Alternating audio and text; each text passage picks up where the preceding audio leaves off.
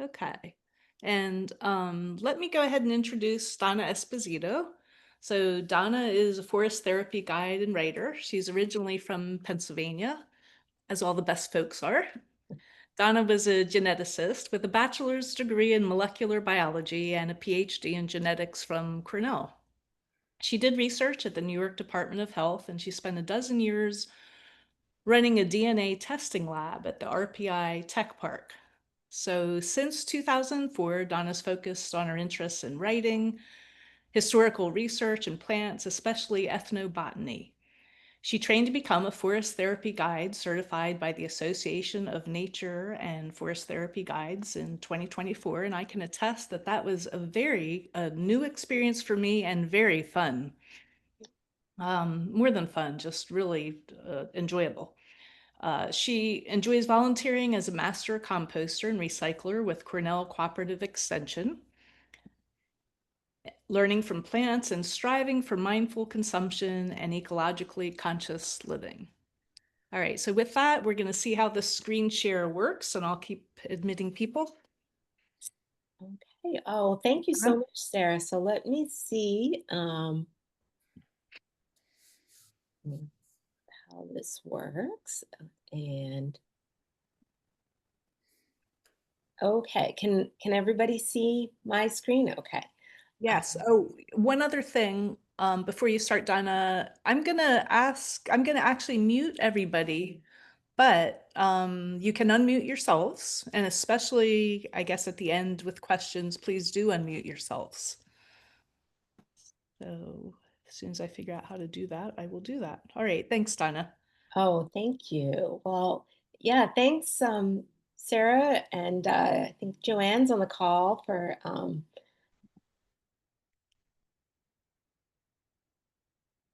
Oh, Donna, I'm sorry. You have to unmute yourself.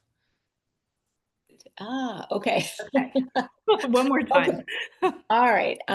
Okay, so I think you can see me and hear me now. Yeah, so I was just, just saying I really appreciate the invitation to speak with you all this evening. And for people who see this in the future, I hope you enjoy it too.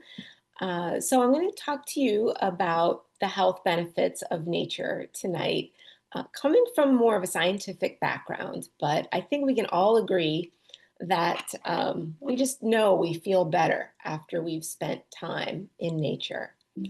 Oops. And so just take a moment maybe to settle in and kind of, relax.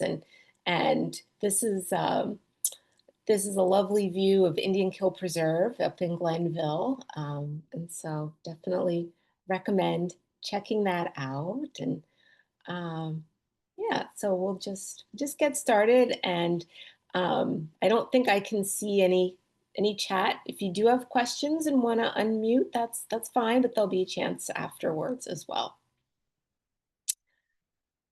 So why is nature so good for us? Well, the easy answer is that humans are nature. We tend to think of ourselves as separate, but we really are a part of nature just as much as every other organism. We evolved in nature and we really require it for our optimal health, just like every other animal and plant and fungus and bacteria out there. So we're really no different.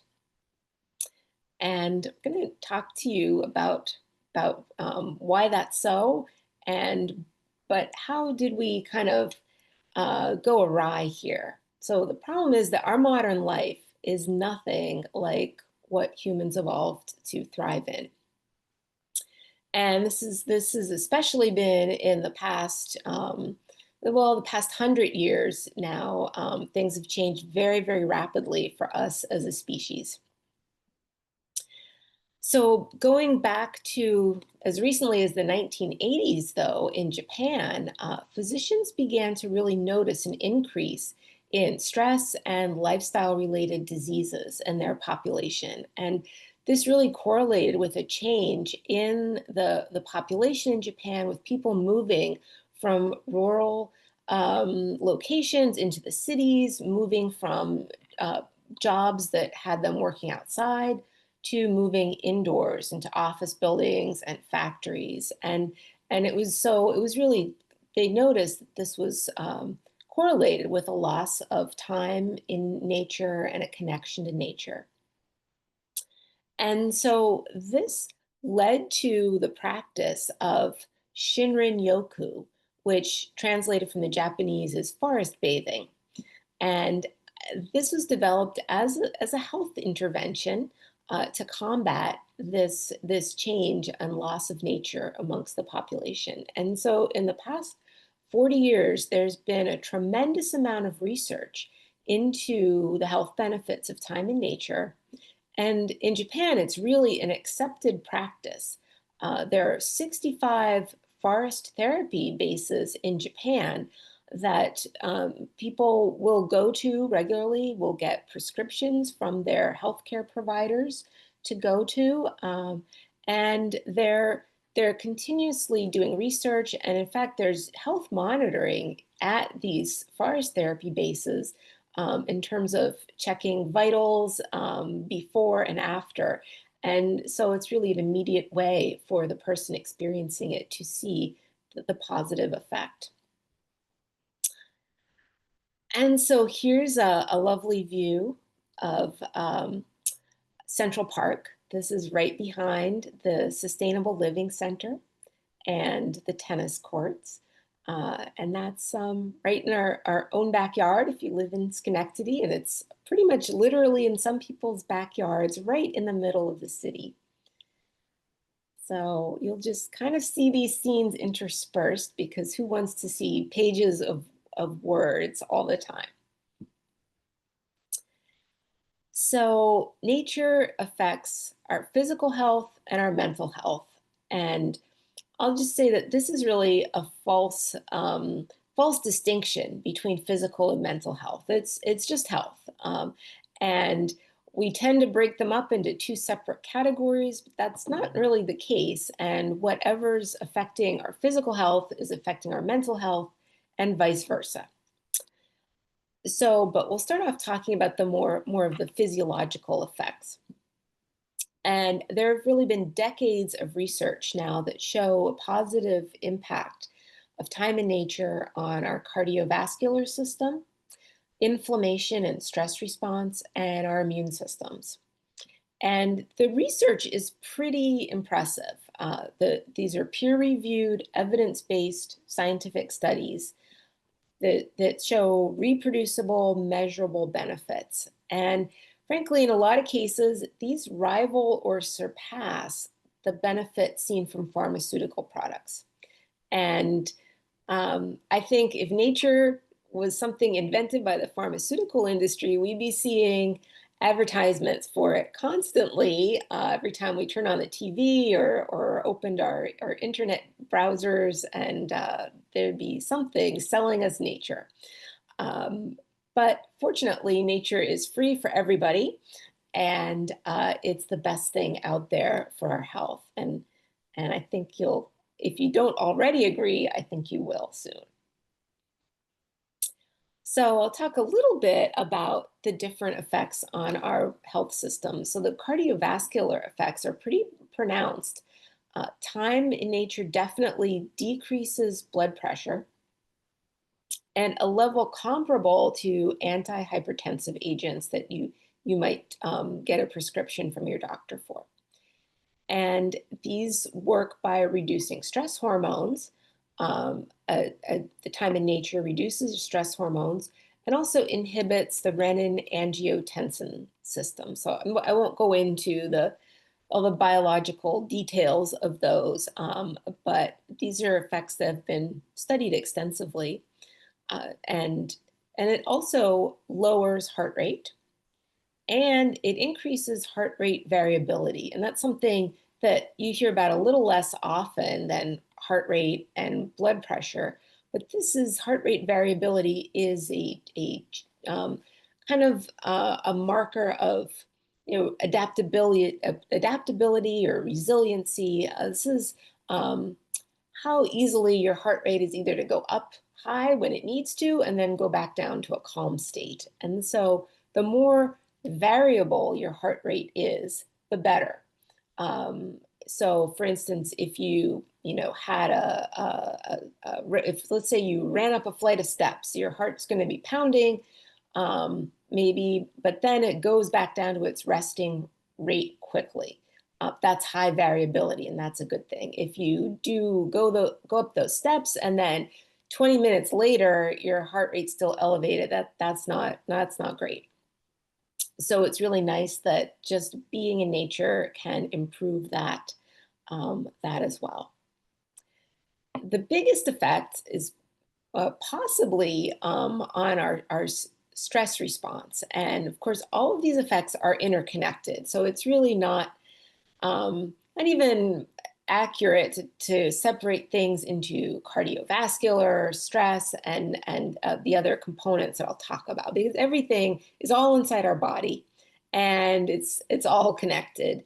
Um, and so, but to talk about the specific effects on stress, so time in nature definitely decreases stress hormones, adrenaline, noradrenaline, and cortisol. And in Japan, they'll actually measure salivary cortisol in people before and after their forest bathing walks and see that decrease. And that is a great thing. Um, but it also works to increase protective hormones like serum adiponectin, DHEA, and DHEAS, and those are associated with lower levels, um, or I'm sorry, when levels of those protective hormones are low, that's associated with metabolic disorders, diabetes, obesity, cardiovascular disease. So we're decreasing the bad stress hormones and increasing the good protective hormones. And time in nature has also been shown to improve sleep quality and time, which is a really good thing. So I'll talk a little bit about what the stress response is. And so the stress response is controlled by our autonomic nervous system. We don't have control over it. It just goes automatically. And this used to be a great thing. It evolved to work perfectly. And there are two components of our stress response system: the sympathetic nervous system and the parasympathetic. And the sympathetic, even though the name makes it sound like a nice thing, it's sympathetic. Well, it's actually not our friend in a lot of cases these days. So the sympathetic nervous system is our fight or flight response, although we've also added freeze and fawn because those can be other responses that are triggered in some people in a stress response. And so this is a burst of adrenaline and cortisol. Maybe it's you're going to run or fight, or maybe just flop down and play dead, or if you're in maybe a social situation, maybe the way is to really try to appease the person who's being threatening. Uh, and this causes increased blood pressure and heart rate and respiration. And it's really hard on our bodies. And it's meant to only last for a very short amount of time until the threat is over. And the threats that this evolved to take care of were the threats that we might have experienced in nature as we were evolving. Maybe the threat of a larger predator coming after us, or we see a snake in the grass, something that will immediately harm us potentially. And so it is great for that. It's unfortunately not so great for our modern lifestyles. And so the parasympathetic nervous system, though, is what calms our nervous system after the threat passes. And this is rest and digest, and it supports the processes that support healing. So the energy goes back to healing and digesting and reducing those stress hormones. And that's wonderful. And so the problem is that our modern life is full of threats that trigger the stress response.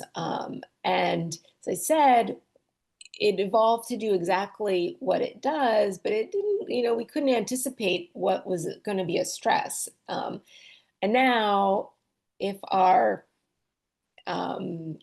email makes a sound, maybe that could trigger our stress response. Maybe our alarm clock going off in the morning. Things like that are actually extremely stressful, and we're just acculturated to having it be a part of our daily life, to have the alarm clock go off, now a text message, or you sit down and scroll through the bad news on your phone or watch your news program on TV. And, no matter how pleasant your personal day has been, you will be bombarded with very stressful images and words that will cause that stress response in you, even though you may be thousands of miles away from whatever has just happened. And so, while it's certainly, you don't want to put your head in the sand and not know what's going on in the world, that is really a detriment to our health to be on alert 24 hours a day, practically, with the amount of information that's coming in, and and small stressors that we don't even really recognize necessarily as a stressor, but that doesn't mean that our body isn't recognizing it and reacting by putting out these hormones. So this is a beautiful scene over at the Indian Kill Preserve up in Glenville, and beautiful mossy scene with a little water running, and it's a great place to check out. So what we would love to do is activate our parasympathetic nervous system, and take us away from fight or flight and back into rest and digest. And there are some great ways to do this. One way is focused breathing and mindfulness, and just really kind of noticing your breath, and especially um, breathing in and then exhaling in a longer out breath. And that is one thing that just sends your body the message everything's okay, and starts to activate the parasympathetic response. Of course, time in nature is one of the best ways to do this. But even just seeing the colors of green and blue help to shift us into that parasympathetic response. And so when we activate the parasympathetic response, it's promoting better digestion and nutrient absorption, and it's promoting health of all of our systems: kidneys, lungs, heart, intestines, reproductive organs. Everything's just working better when we're in that state of resting and digesting, rather than being on high alert in the sympathetic system. So the other really big way that time in nature helps us is by benefiting our immune system. And this research is really astounding. The effect that time in nature has on our immune system is profound, and the way that it primarily works, is through a part of our immune system called the natural killer cells, or NK cells. And this is a special group of white blood cells, and their job is to attack infected cells and cancerous cells even before all of the rest of our immune system has been activated. So the other white blood cells of our immune system kind of rely on memory of what we've been exposed to before, and that takes a little while to start to work. But the natural killer cells are like our first line of defense, and they will attack infected cells and cancerous cells right away and clear them, and there's no problem. And the fact is that, that's happening all the time. We have cancerous cells being generated all the time in our bodies, and with a properly functioning immune system, those are being eliminated and don't go on to cause us any harm. So the natural killer cells have been shown to be increased dramatically by forest bathing and other times in nature. And this is a lasting effect. It goes on to be, the levels of them go on to be elevated um, for weeks down the road. So it's really a profound effect. And it seems to be primarily mediated by compounds that are produced by trees. And I'll talk about that a bit later. And so, and also just by reducing stress, that also goes on to improve our immune system. So everything's working together really to give us these effects. And so I'll talk a bit about the mental health effects as well, and then I'll tell you a bit how nature kind of does all this magic. And so the studies on mental health are just as robust as on physical health to show that time in nature reduces stress, anxiety, depression. It has positive effects on attention, cognitive performance, emotions, mood, behavior. It works by increasing serotonin, and the studies are very clear of these benefits, and there are no side effects here. Of course, make sure you check for ticks after you've been outside. But other than that, there's not a long list of potential side effects you might get from pharmaceutical products. So not to say that those aren't appropriate and necessary in many cases, but this is certainly something that anybody can try for free with no risk, and it's really sure to provide some positive mental health effects. So how does nature do all of this? Well, a couple ways, either by something like actively adding or taking away something externally to us. So it might be something that we don't normally get or produce in our own bodies that we need, or it could be taking away something like noise pollution or air pollution and having having those reduced definitely has a positive benefit. And then there are internal mechanisms, changes caused in our bodies just by being out in nature. So, as far as the external mechanisms, one of the most amazing is the compounds that plants produce. So, plants are just amazing biochemists. They produce thousands of unique compounds, and the ones that are of the most benefit to us in terms of just being outside in nature, and I'm not talking even about what we eat. Of course, they produce amazing compounds that we get in our diet. But just being in nature, we absorb volatile organic compounds that are being released from plants. So some of these compounds are involved in plant communication and signaling.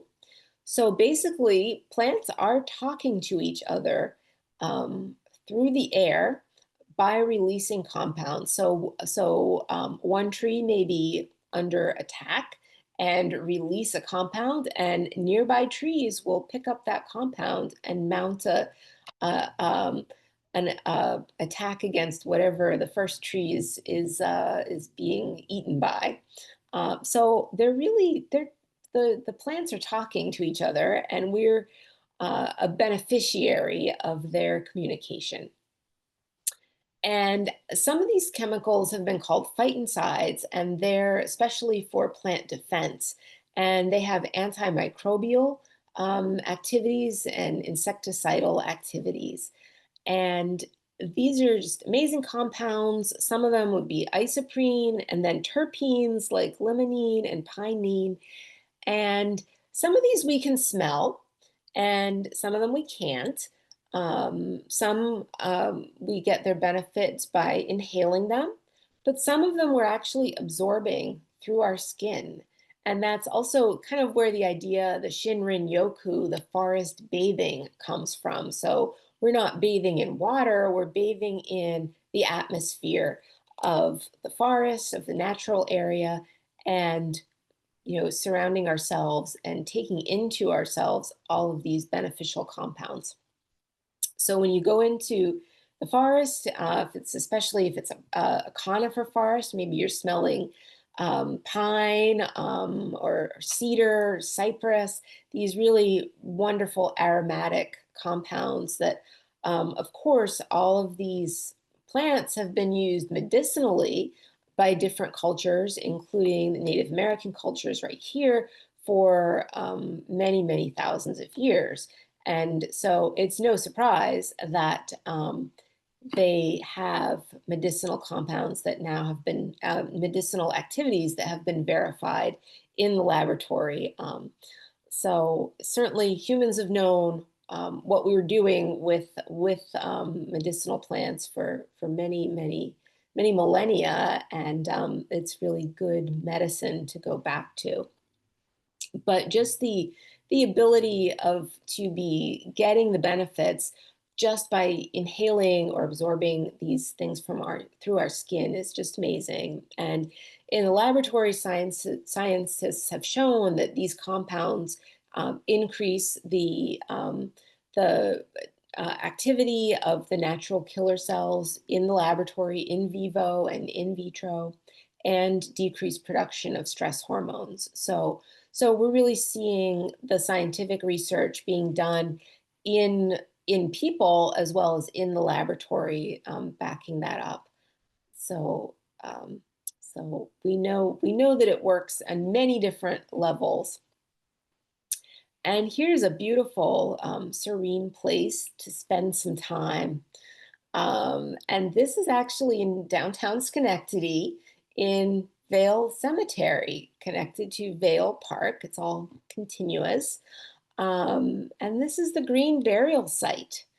And it's, if you've never been to Vale Park and Cemetery, it's a beautiful, peaceful place to walk through. And I highly recommend a walk there and just take in the peaceful view. Many beautiful trees and flowers. So, tell you about some other mechanisms that that nature is working her magic on us. So, another mechanism is by increasing our microbiomes. So we have microorganisms, bacteria, and other organisms that live in our guts and on our skin. And this is really a newer field of research within the past, let's say, 25 years. This has started to really take off as a field of research, just the importance of our microbiome. And these microorganisms are essential to our health and well-being as much as our own cells are. And so being in nature enhances the biodiversity of our microbiome. And we think a lot about biodiversity in the external environment, but it's good to think about our internal biodiversity as well. And the more we can have that be diverse, the better it is. And being outside is a great way to expose ourselves to a variety of microorganisms. And and so it's been shown that people, especially children who spend more time outside, will have a more diverse population. And they've also shown that this is a great way to reduce the risk of immune-mediated diseases, things like autoimmune diseases and allergies. So this is a great, a really another great benefit to us. Negative ions are present in air, and there's been a lot of research about their effect on health too. I won't go into that too much, but it does has been shown to reduce depression. And then sunlight, of course, is really necessary for us. We need it to make vitamin D. It also stimulates serotonin production. So, vitamin D is important in so many of our systems, including preventing cancer. And then obviously serotonin for our mental health is important.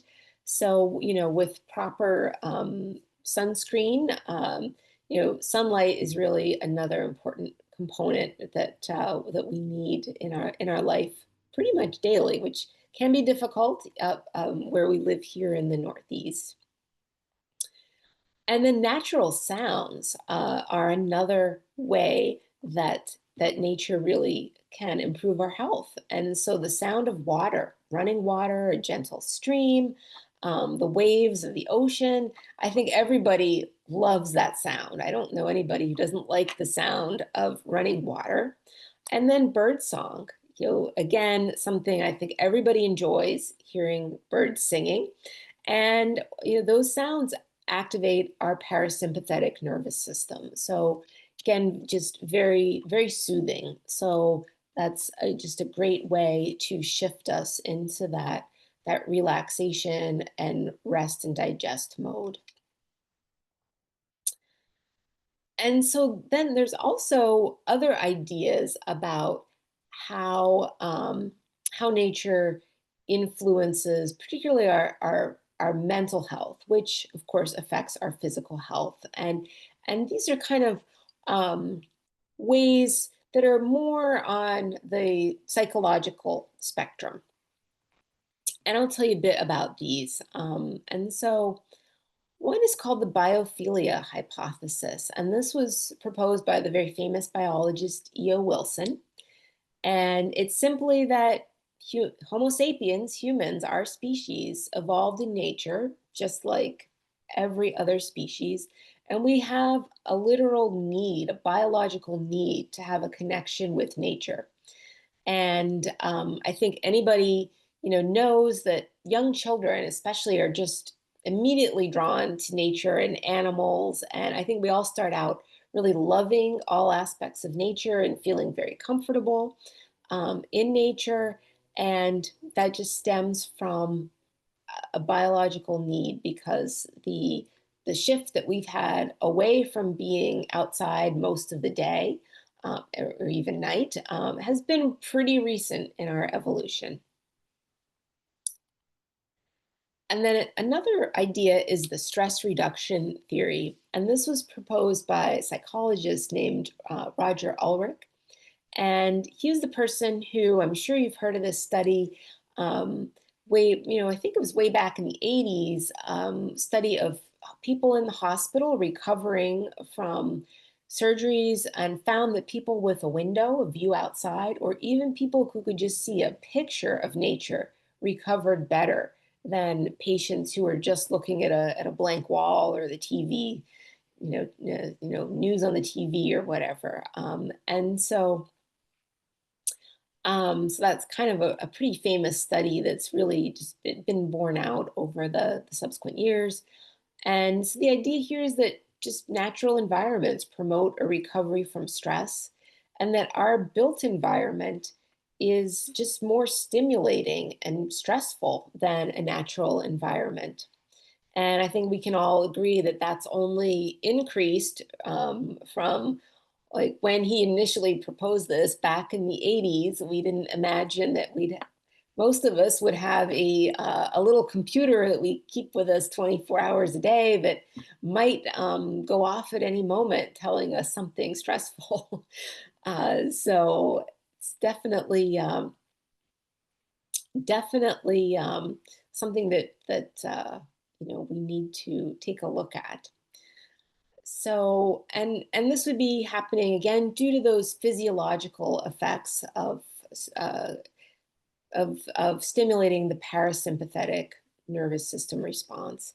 And it's also promotes sustained attention and blocks negative thoughts and emotions. And I think I think we all just can notice this when we're outside, and that it's especially now with things like our phones and the internet, just things are coming at us constantly. But just to be outside and focused on something in the natural environment is so so relaxing to our nervous system. And it really does shut off kind of the thoughts, the cycle of worry that can happen when we're maybe doom scrolling or something like that. Here's a beautiful place, another beautiful place, the Great Flats Nature Trail over in Rotterdam, and many inviting pathways there to wander through. And so another idea about the way that nature helps us is the attention restoration theory. And this was proposed by psychologists Rachel and Stephen Kaplan.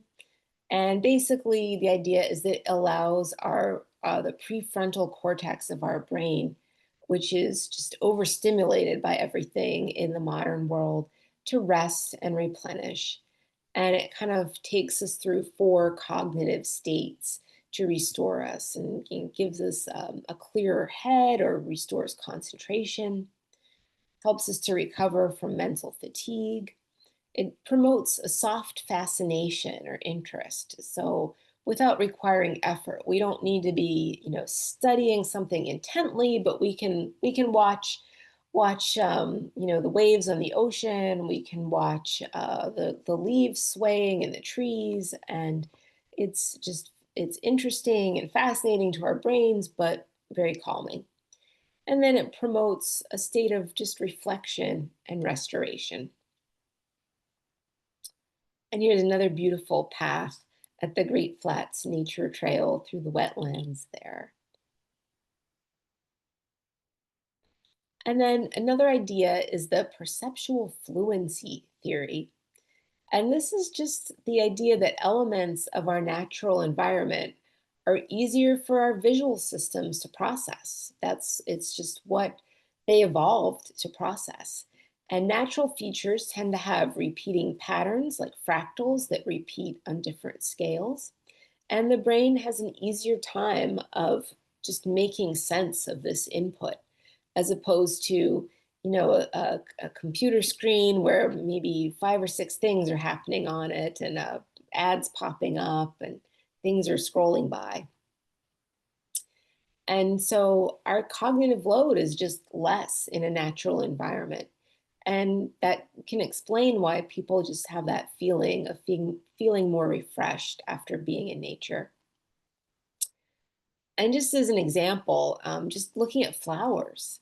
Um, I don't know about you, but I see the repeated pattern, the order, the symmetry of the zinnia and this purple coneflower, echinacea, and I just feel more peaceful looking at it. Just the order of it is I find really restorative. And so just point out, it's not necessary to find a pristine wilderness. Um, Even looking at something like a single flower could have a benefit. And then another idea that's been talked a lot about recently is the benefit of awe and how awe makes us feel. And so we don't mean a threat-based awe, like a shock and awe that some people are fond of, or even a nature-based awe that we might feel if we saw a tornado, or waves crashing on a rocky shore. Kind of a dangerous awe. Um, that is something, but more the awe that you might feel if you saw a beautiful sunset, or a vista, beautiful mountainside covered with trees or snow, or even the awe you might feel if you did look very closely at a single flower or maybe a dragonfly, and you just saw just the intricacy is just astounding when you stop and look at something so small that maybe you don't pay that much attention to. And so researchers have found that there's a very distinct neurophysiological profile when people are reporting feeling an experience of awe, and it reduces the sympathetic nervous system activity, reduces inflammation, and we're going into that parasympathetic system again. The other thing that people report is a reduced focus on the self. And when we're seeing that grand vista, or maybe, something as simple as a blue jay at your bird feeder, and you really are kind of focusing on that, and out of your own head, out of your own problems, and just seeing the wider world. And people also report an elevated sense of meaning. People often feel a connection to a higher power, or at least feeling part of a broader collection of species, feeling part of the whole environment, feeling part of the world. And that's a really, it's a wonderful thing to feel. It's certainly great for our own health. Um, and this and all of these, everything we've been talking today is also wonderful for nature too. Because, here I know everybody at ECOS is very concerned about the environment and what happens to the environment. Um, and by kind of tapping into these connections, it benefits the environment, because people will feel protective over what they connect to, what they love, and it becomes a lot less abstract than, maybe just being worried about biodiversity loss. When you really, really connect in, and it's just, as I said, the in Japan there are these forest therapy sites. These are protected sites. This is actually true in some other countries, like South Korea has these protected forests. And imagine if we started to protect forests because of recognizing the interconnection we have and the awe that we feel, and that would be a wonderful thing. And so, how can we get more vitamin N in our lives? Well, I think probably we're all people here that spend a lot of time outside already, and that is wonderful, and definitely beneficial. But spending time in nature, just doing less, has incredible health benefits. So obviously the active things we do, hiking and biking and kayaking and running, all those are wonderful. Um, but there are special benefits for actually doing less, for just being in nature, which can be kind of a challenge, since we've all been conditioned to be to be doing things, to be productive and active, and kind of making the most of everything. And so finding a way to just spend quiet time in nature is going to be very helpful. And a few ways to do that would be to start a sit spot practice. This is a lovely practice where you pick a place in nature, but it could be as simple as your backyard, or even just a window in your home where you can see outside, and just spend a few minutes each day sitting there and just doing nothing, watching what's going on, and you'll really start to see that um, you notice different things that you may not have noticed. And I do see there's a question in the chat, and that was the Great Flats for Jack. What trail name is in Rotterdam? That's the Great Flats Nature Trail. And that's right on, it's pretty much right across from the mall in Rotterdam. And check out the ECOS website for information on all of the local trails. And that's like your one-stop shop to find out where to go and where to park and what's there. But it's a lovely trail and very, very accessible for everybody. Um, so the sit spot, just sitting. And then another idea would be a walking meditation. So a very slow, mindful walk. Um, Journaling and drawing in nature is a great thing to do. So you could take a sketch pad or a notebook and just, sit for a few minutes and see what comes to you, but without any expectations of it being, something you need to show anybody or anything like that. It's a nice way to kind of have a practice of just being outside. And of course, I have to recommend the practice of forest bathing, which is also could be called forest therapy. Of course, the Japanese term Shinrin Yoku, or nature immersion. And and so, oops. And so forest bathing is it's a beautiful practice. It's basically it can be as simple as just being in nature. And it does not need to be in a forest. So the name is it's a little bit of a misnomer. It could be anywhere in nature. It could be in a meadow, a seashore, uh, but it can be in your backyard. It also doesn't have to be outside. And this kind of goes with the question that just came up in the chat. So there are definite benefits to interacting inside with nature elements like houseplants, um, or even things like seashells and rocks and crystals, anything or pine cones, anything that is from nature, dried leaves, to sit with them, that actually has the same kind of soothing benefits on your nervous system. So of course you're not going to get the same phytochemical benefit that you might get from being in a cypress or a pine forest.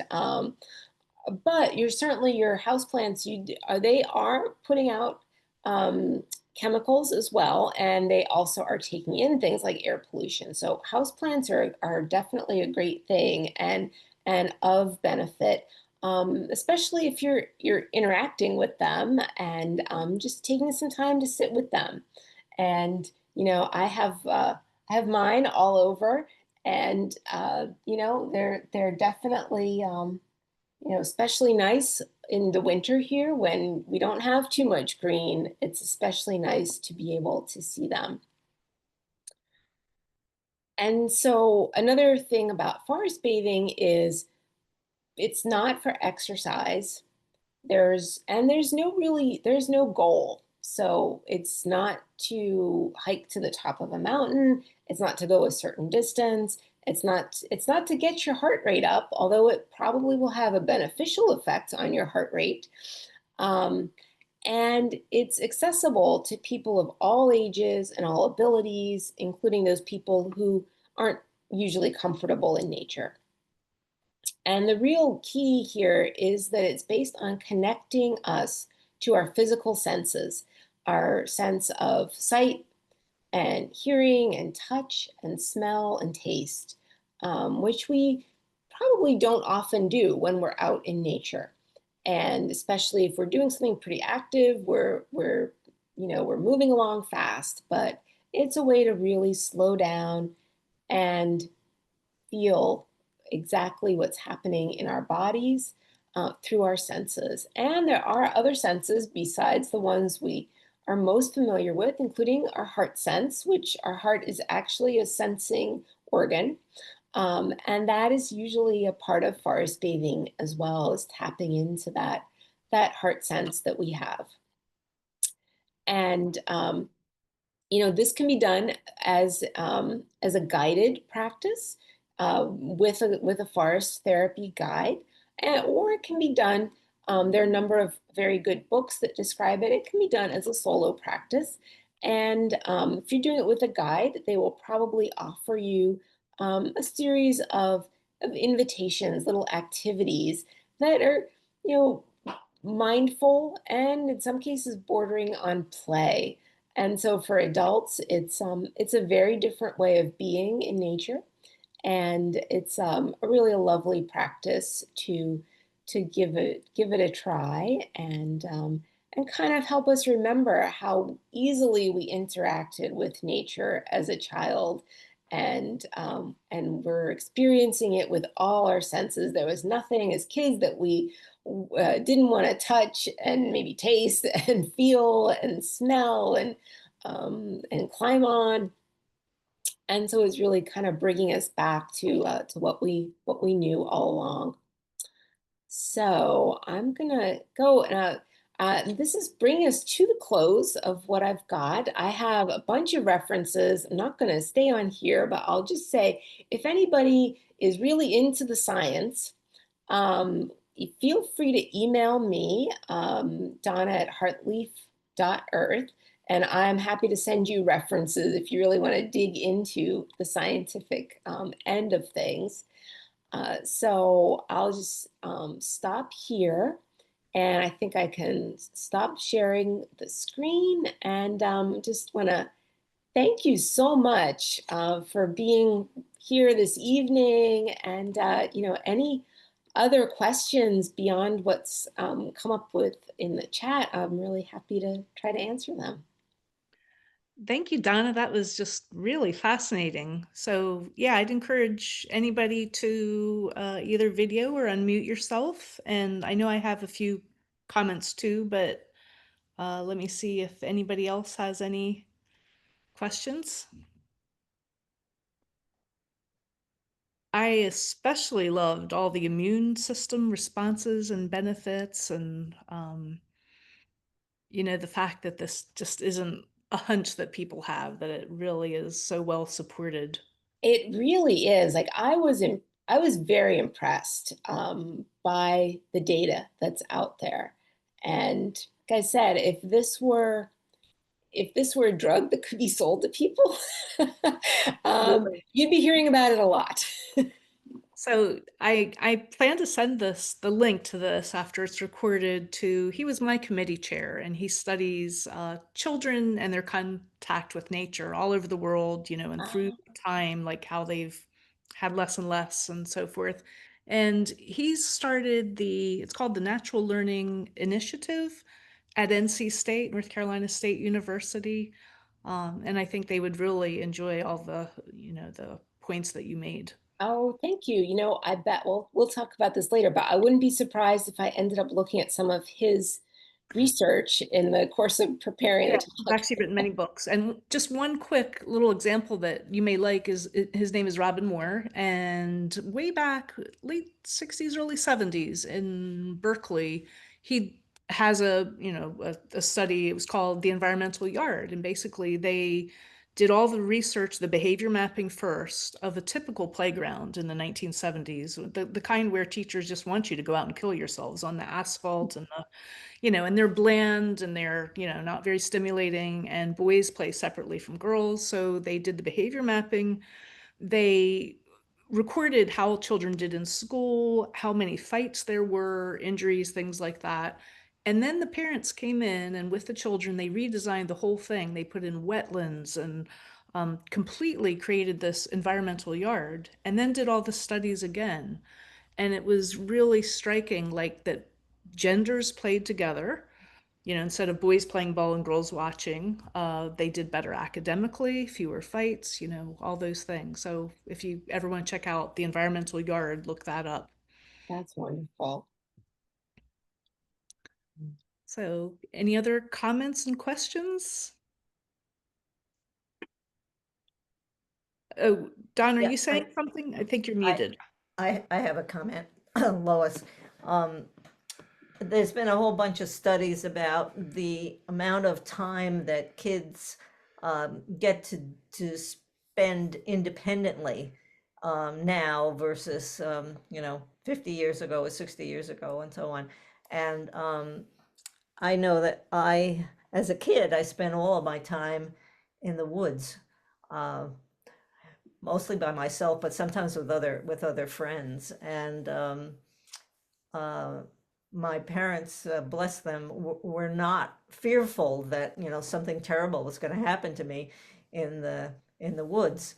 And now there is ongoing fear of exactly that. I mean, parents are fearful about everything, but they also seem to be very fearful about woods. We've got this little 12-acre preserve next to us, and I'm amazed when I hear parents say, "Well, I don't want my kid going in there by themselves." So that's a uh, something that we need to combat in order to get all of this good stuff that you've shared with us.